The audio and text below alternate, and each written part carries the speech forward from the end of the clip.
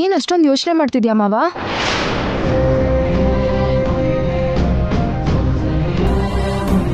ಈ ಮಧ್ಯೆ ಅತ್ತೆ ಏನೋ ಪ್ರಾಣಾಪಾಯದಿಂದ ಹೊರಗಡೆ ಬಂದಿದ್ದಾರೆ. ನಮ್ಮಪ್ಪ ಸತ್ತೋಗಿರೋ ನೋವನ್ನ ನಮ್ಮ ಅಜ್ಜಿ ಇನ್ನೂ ಮರ್ತಿಲ್ಲ. ಹೀಗಿರುವಾಗ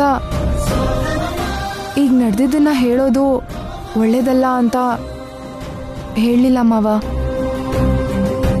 ನಮ್ಮ ಮದುವೆ ಆದ ದಿನ, ಶೋಭನ ಶಾಸ್ತ್ರದ ದಿನ ನಾಗಮ್ಮ ನಿನ್ನ ಸಾಯಿಸಕ್ ಪ್ರಯತ್ನ ಪಟ್ಟಾಗ ಯಾವ ಕ್ಷಣ ಏನಾಗುತ್ತೋ ಅಂತ ಹೆದರ್ಕೊಂಡು ಎಲ್ಲ ಭಯ ಪಡ್ತಿದ್ದಾರೆ. ಇನ್ನು ಈ ವಿಷಯ ಗೊತ್ತಾದ್ರೆ ಅವ್ರು ಇನ್ನೂ ಭಯ ಪಡ್ತಾರೆ. ಅದಕ್ಕೆ ಹೇಳೋದು ಬೇಡ ಅಂದೆ ಮಾವ.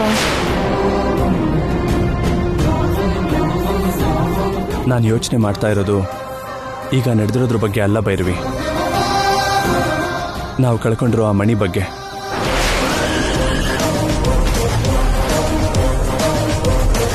ನಾಗಮ್ಮನನ್ನ ಸಾಯಿಸ್ಬೇಕು ಅಂತ ಇರೋದು ಆ ಮಣಿಗೋಸ್ಕರ.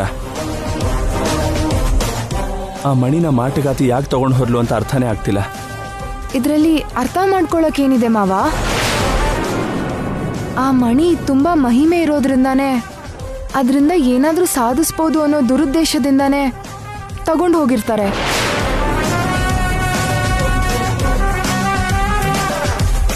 ಏನಾದರೂ ಒಂದು ಮಾಡಿ ಆ ಮಾಟಗಾತಿ ಹತ್ರ ಇರೋ ಆ ಮಣಿನ ನಾನು ತಗೊಂಡು ಬಂದ್ರೆ ಈ ಗಂಡಾಂತರದಿಂದ ಹೊರಗೆ ಬರ್ಬೋದು ಅಂತ ಅನ್ನಿಸ್ತಾ ಇದೆ. ನಿಜನೇ ಮಾವ. ಆ ಮಣಿನ ನಾವ್ ಹೇಗ್ ತಗೊಂಬರೋದು ಮಾವ? ಆ ಮಾಟಗಾತಿನ ಹೇಗ್ ಕಂಡಿಡಿಯೋದು? ಹೇಗಾದರೂ ಹಿಡ್ಕೋಬೇಕು. ಆ ಮಣಿನ ತರಲೇಬೇಕು. ತಂದೆ ತರ್ತೀನಿ.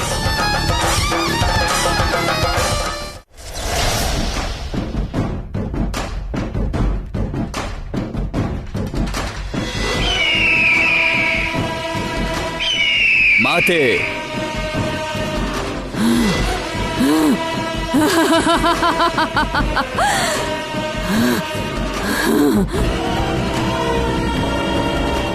ಈ ಮಣಿನ ಪಡ್ಕೊಳ್ಳೋದು ಹೇಗೆ ಹೇಗೆ ಅಂತ ಅನ್ಕೊಂಡಿದ್ದೆ.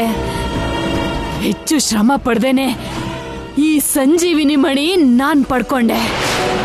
ಮಣಿಯನ್ನು ಗಳಿಸಿಕೊಂಡಿರುವೆ ಸರಿ, ಇಲ್ಲಿಯವರೆಗೂ ಈ ಮಣಿಯಿಂದ ನೀನು ಸಾಧಿಸಿಕೊಂಡಿರುವುದು ಏನೂ ಇಲ್ಲವಲ್ಲ. ಅಂದ್ಕೊಂಡಿದ ತಕ್ಷಣನೇ ಬಯಸಿದ್ದೆಲ್ಲ ಸಿಗೋದಿಲ್ಲ. ಯಾವುದಕ್ಕಾದ್ರೂ ಸಮಯ ಬರಬೇಕು. ಆ ಸಮಯ ಹತ್ರ ಬಂದಿದೆ. 2 ದಿನ, 2 ಅಂದ್ರೆ 2 ದಿನ. ಇನ್ನು 2 ದಿನಕ್ಕೆ ಪೌರ್ಣಮಿ ಬರ್ತಾ ಇದೆ. ಆ ಪೌರ್ಣಮಿ ದಿನ ಈ ಸಂಜೀವಿನಿ ಮಣಿ ಶಕ್ತಿಯುತವಾಗಿ ಹೊಳಿತಾ ಇರುತ್ತೆ. ಆಗ ಈ ಮಣಿ ಸಹಾಯದಿಂದ ದೇವಸ್ಥಾನಕ್ಕೆ ಹೋಗ್ತೀನಿ. ಈ ಮಣಿ ನನ್ನ ಹತ್ರ ಇದ್ರೆ ನನ್ನನ್ನ ತಡೆಯೋಕೆ ಯಾರಿಗೂ ಆಗಲ್ಲ. ಆ ದೇವಸ್ಥಾನದೊಳಗೆ ಹೆಜ್ಜೆ ಇಟ್ಟೆ ಅಂದ್ರೆ ನಾನು ಅಂದ್ಕೊಂಡಿದ್ದು, ನಾನು ಬಯಸಿದ್ದು ಸಾಧಿಸಿದ ಹಾಗೇನೆ. ಏನು ಸಾಧಿಸಿದೆ ಮಾತೆ? ನನ್ನ ಈ ವಿಕೃತ ರೂಪ ಹೋಗುತ್ತೆ, ನನ್ನ ವೃದ್ಧಾಪ್ಯ ಹೋಗುತ್ತೆ, ನಿತ್ಯ ಯೌವನ ಅನ್ನೋದು ನನಗೆ ಸ್ವಂತ ಆಗುತ್ತೆ. ಮುಪ್ಪು ಮರಣ ಇಲ್ದೇನೆ ನಿತ್ಯ ಯುವತಿಯಾಗಿ ಬದಲಾಗ್ಬಿಡ್ತೀನಿ. ಅಪೂರ್ವವಾಗಿರೋ ಅದ್ಭುತವಾದ ಶಕ್ತಿ ನಂದಾಗುತ್ತೆ. ಆಗ ಏನ್ ಬೇಕಾದ್ರೂ ಸಾಧಿಸ್ತೀನಿ, ಯಾವ್ದನ್ ಬೇಕಾದ್ರೂ ದಕ್ಕಿಸ್ಕೊಳ್ತೀನಿ. ನನ್ ಸೇವೆ ಮಾಡಿ ನನಗ್ ಸಹಾಯ ಮಾಡಿದ್ದಕ್ಕೆ ನಿನಗೂ ನಿತ್ಯ ಯೌವನ ದಯ ಪಾಲಿಸ್ತೀನಿ ಬಿಡು. ಬಹಳ ಸಂತೋಷವಾಗುತ್ತಿದೆ ಮಾತೆ. ಸಂತೋಷ ಪಡೋದಲ್ಲ, ಅಂದುಕೊಂಡಿದ್ದನ್ನ ಸಾಧಿಸಿ ಸಂತೋಷ ಪಡೋಕೆ ಇನ್ನು 2 ದಿನ ಮಾತ್ರ ಬಾಕಿ ಇದೆ.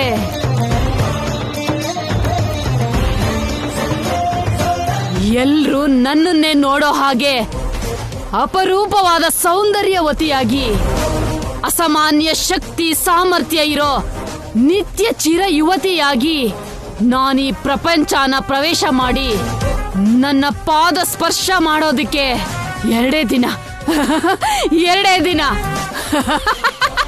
2 ದಿನ 2 ದಿನ. ಆಗಲಿ ಮಾತೆ.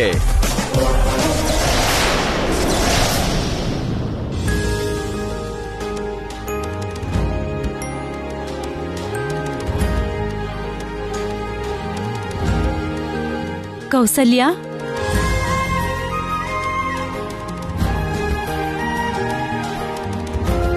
ಏನ್ ಚಿಕ್ಕಮ್ಮ, ಬೆಳಗ್ಗೆಯಿಂದ ಆದಿತ್ಯ ಕಾಣಿಸ್ತಾ ಇಲ್ಲ. ಎಲ್ಲಿಗೆ ಹೋಗಿದ್ದಾನಮ್ಮ? ಊರಲ್ಲಿ ಯಾರೋ ಆಸ್ತಿ ಹಂಚ್ಕೊಳ್ಳೋ ವಿಷಯದಲ್ಲಿ ಜಗಳ ಮಾಡ್ಕೊಂಡಿದಾರಂತೆ.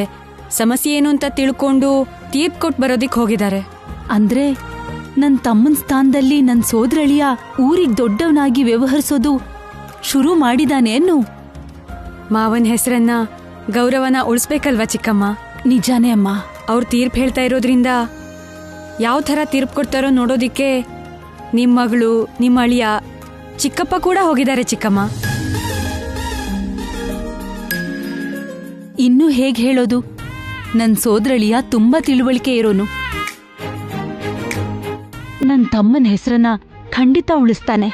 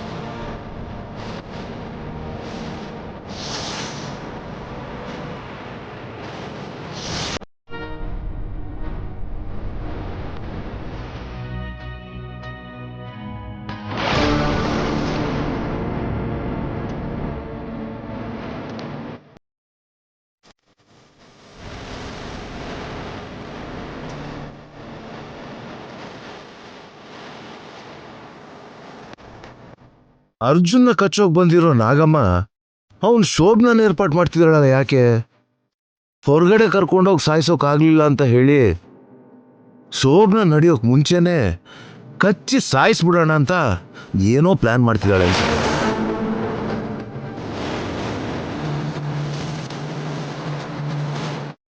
ಮಲ್ಲಿ ಮಣಿನ್ ತಗೊಂಡಿದ್ ಯಾರು ಅಂತ ಗೊತ್ತಿಲ್ದಿದ್ದಾಗ ನನ್ನ ಕಚ್ಚಿ ಸಾಯಿಸ್ಬಿಡ್ತೀನಿ ಅಂತ ನನ್ನ ಮೇಲ್ಮೇಲೆ ಎಗರು ಬೀಳ್ತಿದ್ದೆ.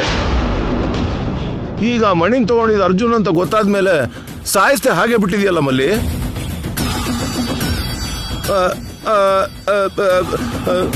ಕೋಪದಿಂದ ಬುಸ್ಕುಟ್ಕೊಂಡು ನೋಡ್ಬೇಕಾಗಿರೋದು ನನ್ನಲ್ಲ, ಅರ್ಜುನ್ನ.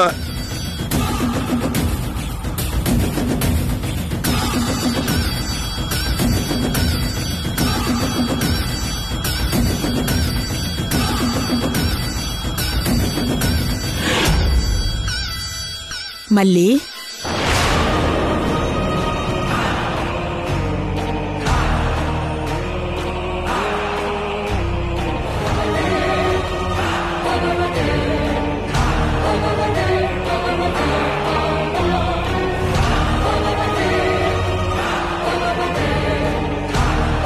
ತುಂಬಾ ಚೆನ್ನಾಗಿ ಅಲಂಕಾರ ಮಾಡಿದ್ಯಾ ಮಲ್ಲಿ. ಇವತ್ತು ಯಾವ ಥರದ ಆತಂಕನೂ ಇಲ್ಲದೆ ಅವ್ರ ಶೋಭನ ನಡೆದು ಹೋದ್ರೆ ಅದು ನಿನ್ನಿಂದಾನೇ ಆಗೋದು ಮಲ್ಲಿ. ಭೈರವಿ ಕೊಟ್ಟಿರೋ ಮಾತಿನ ಪ್ರಕಾರ ಈ ವ್ಯವಸ್ಥೆ ಎಲ್ಲ ನೀನೇ ಮಾಡ್ತಾ ಇದೆಯಲ್ವಾ, ಅದಕ್ಕೆ.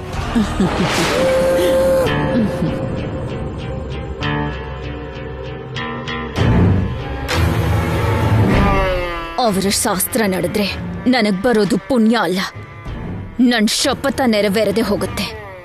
ನನ್ನ ಮಾವನ್ನ ಬದುಕಿಸ್ಕೊಳ್ಳಕ್ಕೆ ಅವಕಾಶ ಇಲ್ಲದ ಹಾಗಾಗತ್ತೆ. ಈ ಶೋಭನ ನಡೆಯೋಕ್ ಮುಂಚೆ ಅರ್ಜುನ್ನ ಸಾಯಿಸ್ಬಿಡ್ಬೇಕು.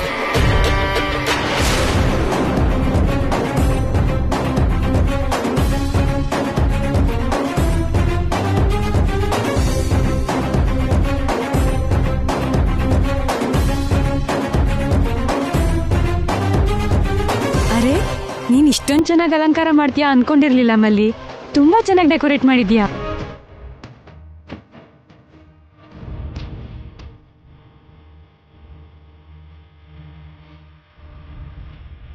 ಯಾಕಷ್ಟೊಂದು ಕೋಪ ಮಾಡ್ಕೊಂಡು ನೋಡ್ತಾ ಇದೀಯಾ?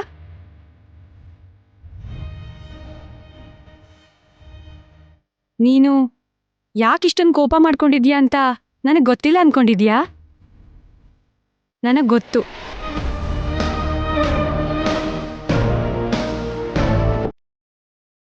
ನಾಲ್ಕು ಜನ ಮಾಡ್ಬೇಕಾದ ಕೆಲಸನ ಒಬ್ಬರೇ ತಲೆ ಮೇಲೆ ಹಾಕೊಂಡು ಮಾಡಬೇಕು ಅಂದರೆ ಎಷ್ಟು ಕಷ್ಟ ಆಗಿರುತ್ತೆ ಅಂತ ನನಗೂ ಗೊತ್ತು. ನಿನ್ನ ಕಷ್ಟ ಒದ್ದಾಟ ನಮ್ಗೆ ಯಾರಿಗೂ ಗೊತ್ತಾಗ್ತಿಲ್ಲ ಅಂತಾನೆ ನೀನು ಕೋಪ ಮಾಡ್ಕೊಂಡಿದ್ಯಾ ಅಲ್ವಾ? ಹೌದು ತಾನೆ? ತುಂಬ ಥ್ಯಾಂಕ್ಸ್ ಮಲ್ಲಿ.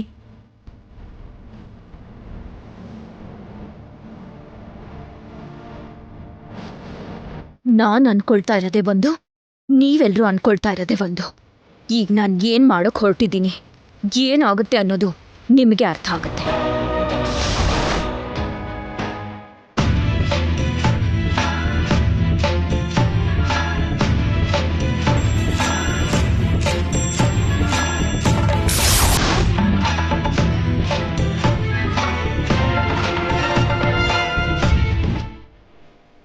ಅರ್ಜುನ್, ಭೈರವಿ, ಕೌಸಲ್ಯ, ನಾನ್ ಮತ್ತೆ- ಎಲ್ರು ಎಲ್ಲಿದ್ದೀರಾ? ಬೇಗ ಬನ್ನಿ, ತೀರ್ಥ ತಗೊಳ್ಳಿ.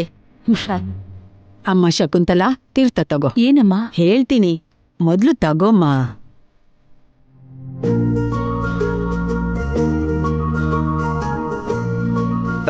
ಈ ಟೈಮಲ್ಲಿ ತೀರ್ಥ ಕೊಡ್ತಿದ್ರಲ್ಲ ಅತ್ತೆ.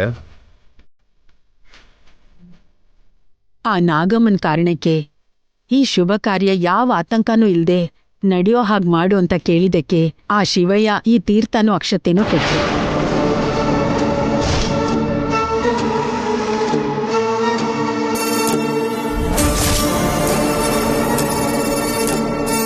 ಆ ಶಿವಯ್ಯ ಇವ್ರಿಗೆ ಸಹಾಯ ಮಾಡ್ತಾ ನನಗೆ ಅನ್ಯಾಯ ಮಾಡ್ತಾ ಇದ್ದಾರೆ. ಈ ಮುದುಕಿ ತುಂಬಾ ಮುಂಜಾಗ್ರತೆ ತಗೊಂತಿದ್ದಾಳಲ್ಲ. ಏನ್ ಹಾಗೆ ಯೋಚನೆ ಮಾಡ್ತಿದ್ದೀರಾ? ತೀರ್ಥ ತಗೊಳ್ಳಿ. ಆಗ್ಲಿ ಅತ್ಗೆ. ಅರ್ಜುನ್, ಭೈರವಿ, ಎಲ್ಲಿದ್ದೀರಾ? ಬೇಗ ಬಂದು ತೀರ್ಥ ತಗೊಳ್ಳಿ.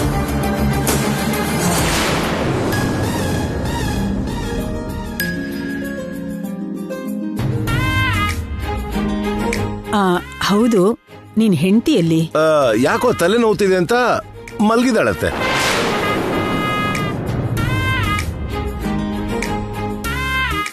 ಮನೇಲಿ ಶುಭ ಕಾರ್ಯ ಇರುವಾಗ ಅವಳಿಗೆ ನಿದ್ರೆ ಹೇಗ್ ಬರುತ್ತಪ್ಪ?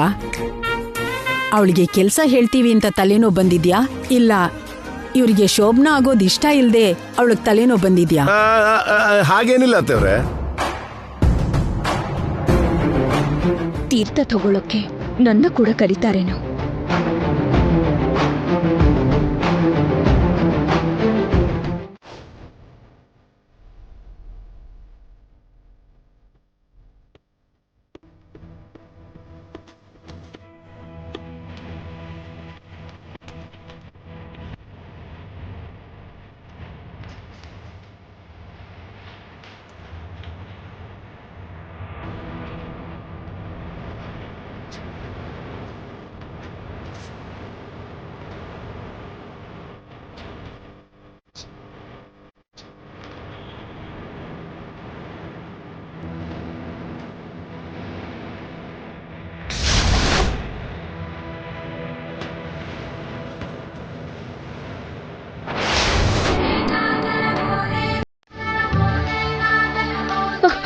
ನನ್ನ ಶರೀರಕ್ಕೇನೋ ಆಗ್ತಿದ್ದಿಲ್ಲ. ಯಾಕೆ? ಶಿವಯ್ಯ ಕೊಟ್ಟಿರೋ ಅಕ್ಷತೆನ ಮನೆಯೆಲ್ಲ ಚಲ್ತಾ ಇದೆಯಲ್ಲ ಅಜ್ಜಿ. ಈ ಅಕ್ಷತೆ ಚೆಲ್ಲಿದ್ರೆ ನಾಗಮ್ಮ ಒಳಗ್ ಬರಕ್ ಆಗಲ್ಲ ಅಂತ ಶಿವಯ್ಯ ಹೇಳಿದಾರಮ್ಮ.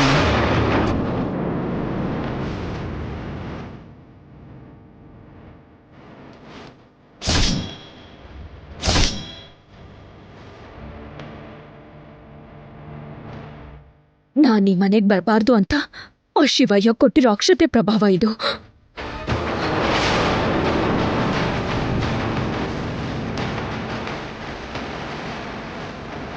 ಆ ಶಿವಯ್ಯ ನನಗೆ ಶತ್ರು ತರ ಬದಲಾಗ್ಬಿಟ್ಟಿದ್ದಾನಲ್ಲ.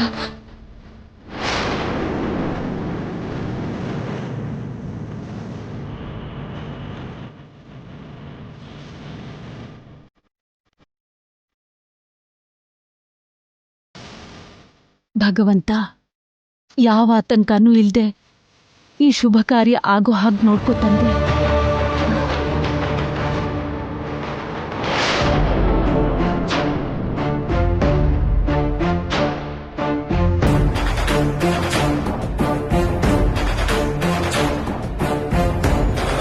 ನಿನ್ ಭಕ್ತ ಆಗಿರೋ ಶಿವಯ್ಯ ಹೇಳ್ದ ಹಾಗೆ ಎಲ್ಲ ಮಾಡಿದ್ದೀವಿ ಸ್ವಾಮಿ. ಎಲ್ಲ ಸುಸೂತ್ರವಾಗಿ ನಡೆಯೋ ಥರ ಆಶೀರ್ವಾದ ಮಾಡು ಶಿವಪ್ಪ. ಓಂ ನಮಃ ಶಿವಾಯ. ಅರ್ಜುನ್ನ ಕಾಪಾಡೋದಕ್ಕೆ ಇವರೆಲ್ಲರೂ ಎಷ್ಟು ಪ್ರಯತ್ನ ಮಾಡಬೇಕು ಅಷ್ಟು ಮಾಡ್ತಾ ಇದ್ದಾರೆ. ನಾನು ಕೂಡ ಬಂದಿರೋ ಕೆಲಸನ ಪೂರ್ತಿ ಮಾಡಬೇಕು. ಅರ್ಜುನ್ನ ಸಾಯಿಸ್ಲೇಬೇಕು.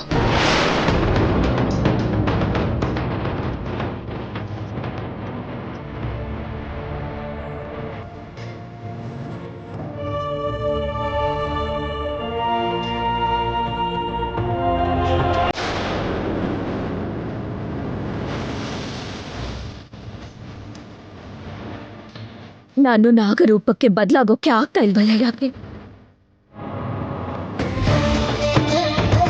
ನಾಗರೂಪಕ್ಕೆ ಬದಲಾಗೋಕೆ ಆಗ್ತಾ ಇಲ್ಲ ಅಂದ್ರೆ ಇದು ಆ ಶಿವಯ್ಯ ಕೊಟ್ಟಿರೋ ಅಕ್ಷತೆ ಪ್ರಭಾವನ? ನಾನು ನಾಗರೂಪಕ್ಕೆ ಬದಲಾಗೋಕಾಗ್ಲಿಲ್ಲ ಅಂದ್ರೆ ಅರ್ಜುನ ಕಚ್ಚೋದು ಹೇಗೆ?